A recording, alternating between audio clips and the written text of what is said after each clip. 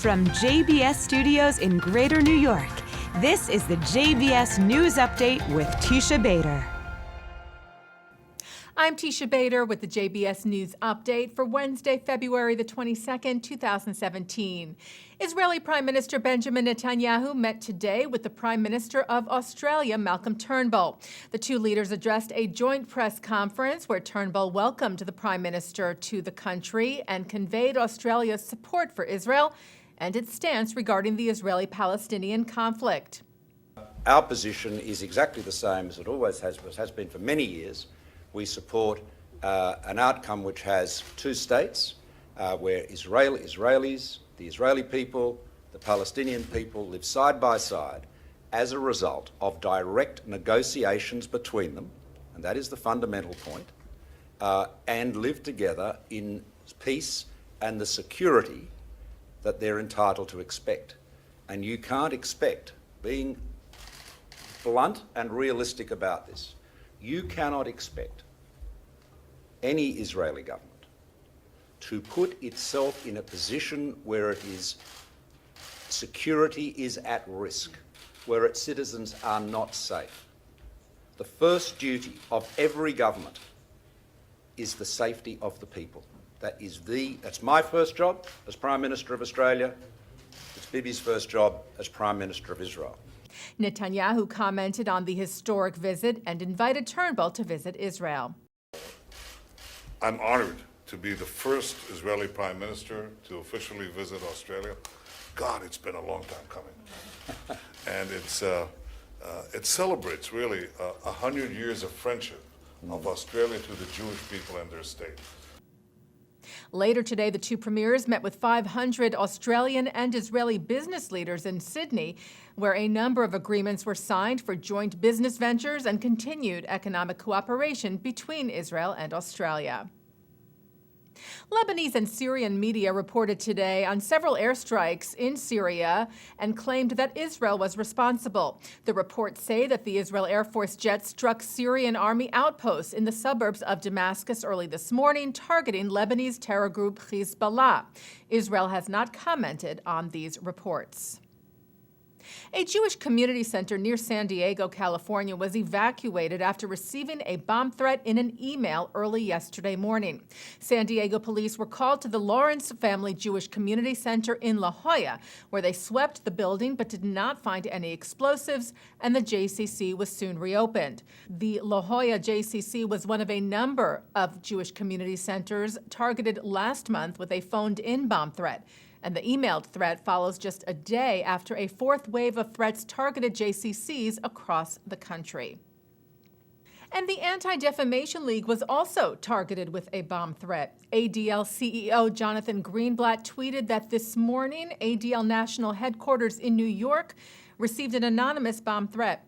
Greenblatt wrote that there was no information at present to indicate this was anything more than a threat, but that it was being taken very seriously, and that the ADL was working with law enforcement to determine whether today's threat was related to the recent targeting of JCCs. Greenblatt wrote, "This is not the first time that ADL has been targeted, and it will not deter us in our efforts to combat anti-Semitism and hate against people of all races and religions."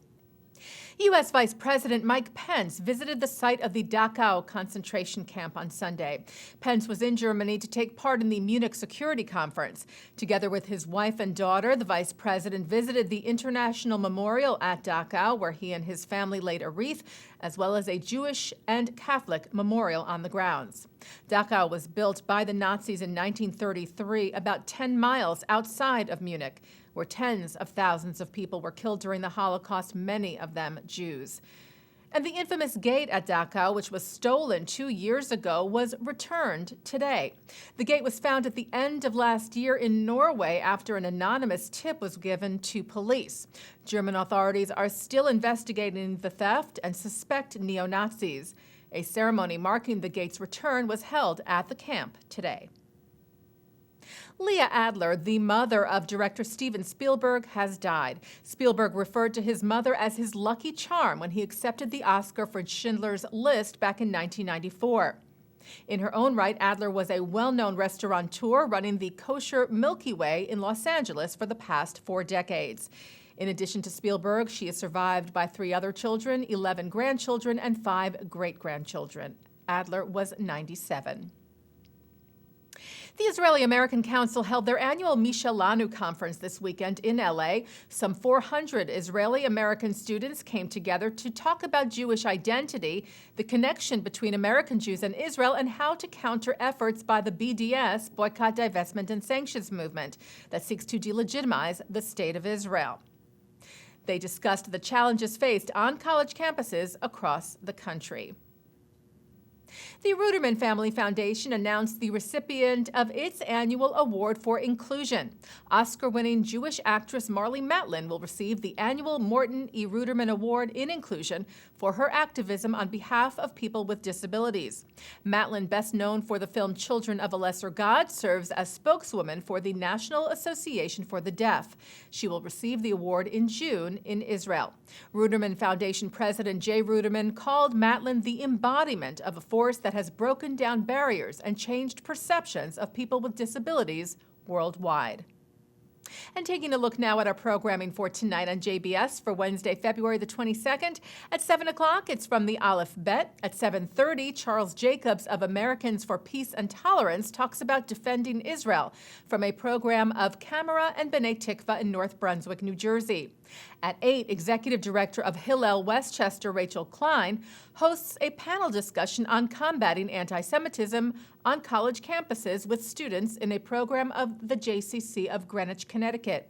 At 9, Mark Golub hosts a panel discussion on the Trump presidency with NYU law professor Thane Rosenbaum, former Israeli ambassador to the U.S. Danny Ayalon, ZOA President Mort Klein, and the Forward's J.J. Goldberg.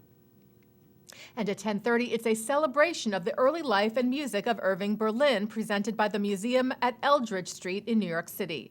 And coming up right after this newscast tonight, it's Thinking Out Loud with Micah Halpern.